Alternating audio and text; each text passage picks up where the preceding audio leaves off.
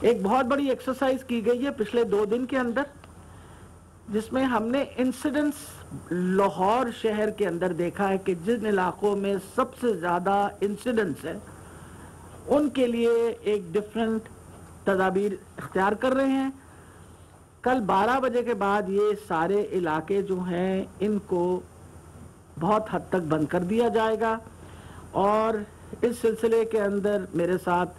Commissioner Lahore اور میرے ساتھ سی سی پی او لاہور دونوں تشریف فرما ہیں، اور جو علاقے انہوں نے انسیڈنٹس کے مطابق بتائے ہیں جن میں سب سے زیادہ تعداد انسیڈنٹس یہ ہوتا ہے کہ پر 1000 وہاں کتنے کیسز سامنے آ رہے ہیں، تاکہ ہم اسپریڈ آف یہ جو ٹرانسمیشن ہے آف وائرس وہ اس بند کرنے کے بعد اسے روک سکیں۔ وہ ہے شادرہ، کچھ علاقے شادرہ کے ہیں، ہماری وال سٹی کے کچھ علاقے ہیں، مزنگ، شاد باغ، ہربنسپورہ، گلبرگ کے کچھ علاقے ہیں، کچھ علاقے کینٹ کے ہیں، نشتر ٹاؤن تقریباً سارا ہی، علامہ اقبال ٹاؤن میں کچھ سوسائٹیز ایسی ہیں جن میں پھیلاؤ بہت زیادہ ہے، ان کو بھی بند کر دیا جائے گا۔ اور یہ ڈیسیجن جو ہے اس میں کھانے پینے کی اشیاء، آپ کے جو فارمیسیز ہیں وہ اسی طرح جس طرح پہلے تھا وہ کھلی رہیں گی، اور کچھ بزنسز جن کی پرمیشن دی ہوئی ہے وہ چلتی، فار ایگزامپل آپ کی جو فیکٹریز اس وقت پروٹیکٹیو اکوپمنٹ بنا رہی ہیں، اگر اس علاقے میں ہیں، اگر کوئی ایسی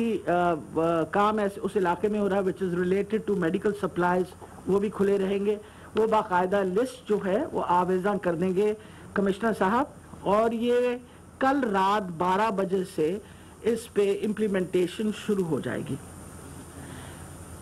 بیسکلی ہم اسے we are going to close it for minimum period جو ہے وہ 2 ہفتے کا ہے، لیکن اس دورانیہ میں مسلسل اس کا جائزہ کیا جائے گا۔ اگر اس سچویشن میں امپرومنٹ آ رہی ہوئی تو پھر سوچیں گے کہ اس کو ٹائم سے پہلے کھولیں، ورنہ یہ 15 دنوں کے بعد اس علاقے میں مزید کام کی اجازت ملے گی۔ باقی علاقے جن میں ایس او پیز نہیں امپلیمنٹ پراپرلی ہو رہے ہیں ان کو اب اس بات پہ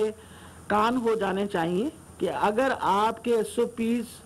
فالو نہ کرنے کی وجہ سے آپ کے علاقے کے اندر بھی انسیڈنٹس پھیل گیا اور مزید، کیونکہ ہر روز ہمارے پاس کیسز آتے ہیں،